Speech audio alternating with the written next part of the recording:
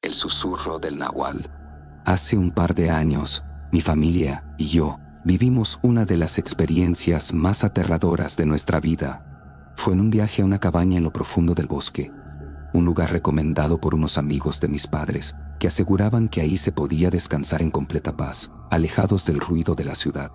A mí, la idea no me emocionaba demasiado. Prefería la playa o un hotel con comodidades, pero mi madre insistió en que el aire fresco me harían. Además, llevaba mi cámara y el bosque sería un buen escenario para tomar algunas fotos interesantes. Cuando llegamos, la niebla cubría los pinos y el aire helado calaba hasta los huesos. La cabaña era rústica, pero acogedora. Sin embargo, desde el primer momento, algo se sintió. No había sonidos de pájaros ni de insectos, solo un profundo silencio. El dueño de la cabaña nos dio la bienvenida y nos explicó lo básico. Luego, antes de irse, nos señaló un sendero. Este es un atajo al pueblo. Si necesitan algo, pueden ir por ahí. Solo no salgan de noche. ¿Por qué?, preguntó mi papá, con una sonrisa. El hombre se tardó en responder, como si eligiera bien sus palabras. Los animales aquí son distintos, dijo simplemente, y se fue. Esa primera noche, después de cenar, decidí darme un baño caliente para relajarme. Mientras el agua caía sobre mi cabeza, escuché algo. Un susurro. Apagué la regadera. «Mamá, papá», pregunté, pero no hubo respuesta. Entonces lo escuché otra vez. Un sonido como de garras arañando la madera. Me quedé inmóvil, sintiendo el corazón en la garganta. Venía de detrás de la pared. Intenté calmarme. Tal vez era una rama movida por el viento.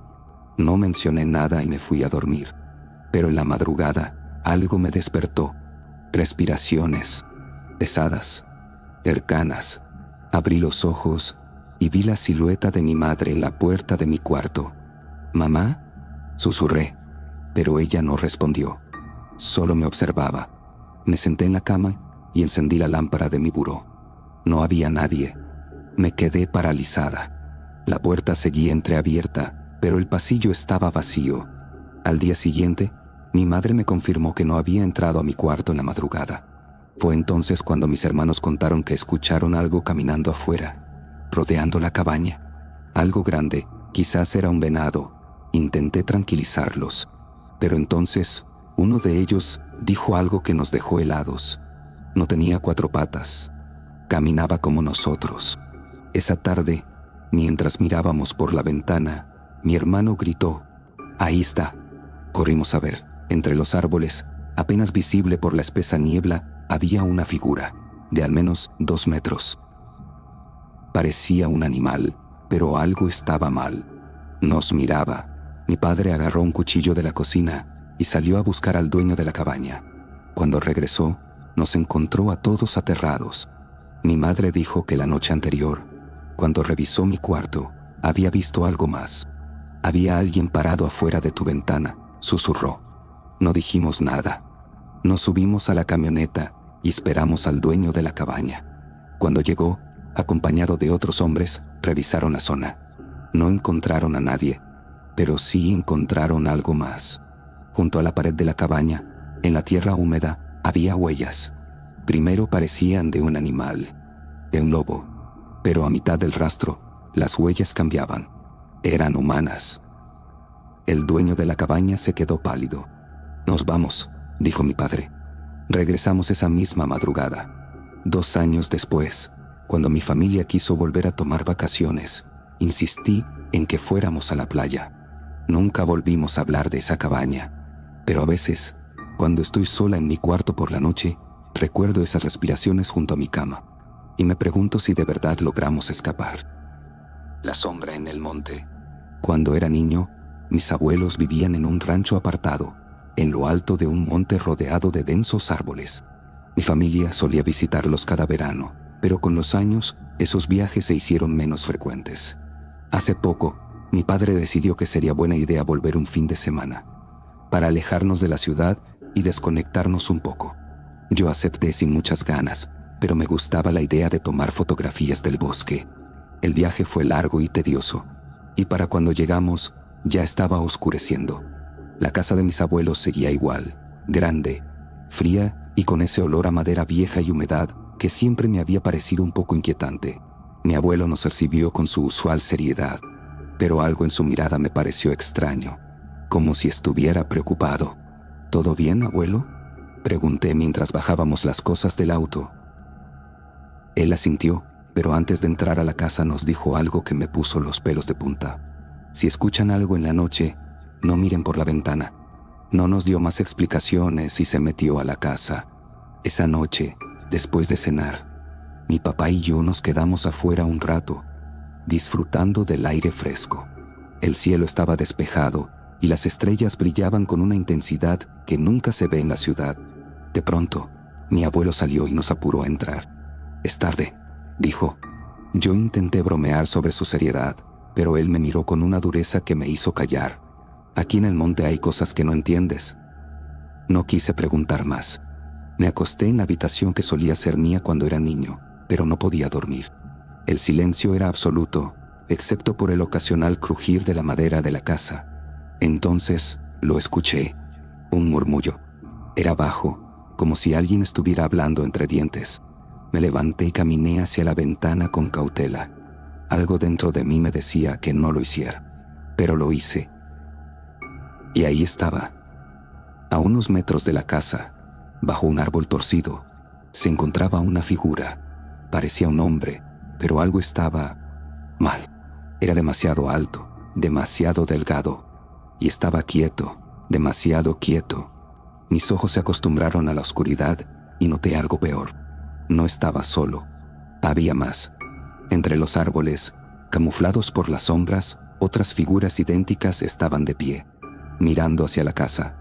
El miedo me paralizó.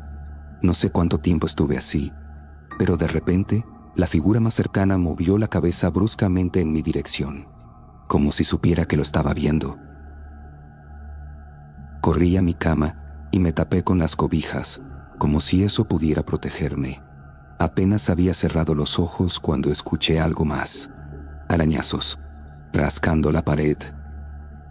Alguien o algo estaba justo afuera. Contuve la respiración. Las pisadas comenzaron a rodear la casa. Me obligué a no mirar por la ventana. Los pasos se detuvieron, y entonces una risa bandía. No era una risa normal. Era distorsionada, como si viniera de varias bocas al mismo tiempo. Me tapé los oídos y apreté los ojos con fuerza hasta que, en algún momento, el cansancio me venció. A la mañana siguiente, desperté con el sol entrando por la ventana. Corrí afuera para contarle a mi abuelo lo que había visto, pero cuando empecé a hablar, él simplemente negó con la cabeza. «Te lo dije», susurró. Me llevó al lado de la casa, donde había oído los arañazos. En la madera había marcas profundas, como de garras. No pregunté nada más. Esa misma tarde nos fuimos del rancho. Mi abuelo nunca nos explicó qué fue lo que pasó, pero antes de despedirse me tomó del hombro y me dijo: «Nunca vuelvas a mirar por la ventana». Desde entonces, cada vez que paso frente a un bosque, siento que algo me observa desde las sombras. Y lo peor es que ahora, a veces, cuando me despierto en la madrugada, escucho esa misma risa, muy cerca de mi ventana. El camino del Nahual. Hace unos meses, mi primo Daniel y yo decidimos hacer un viaje de camping. Encontramos un bosque no muy lejos de la ciudad, donde había una zona de cabañas abandonadas. No era un sitio turístico, pero un amigo nos dijo que ahí se podían hacer buenas caminatas sin que nadie molestara.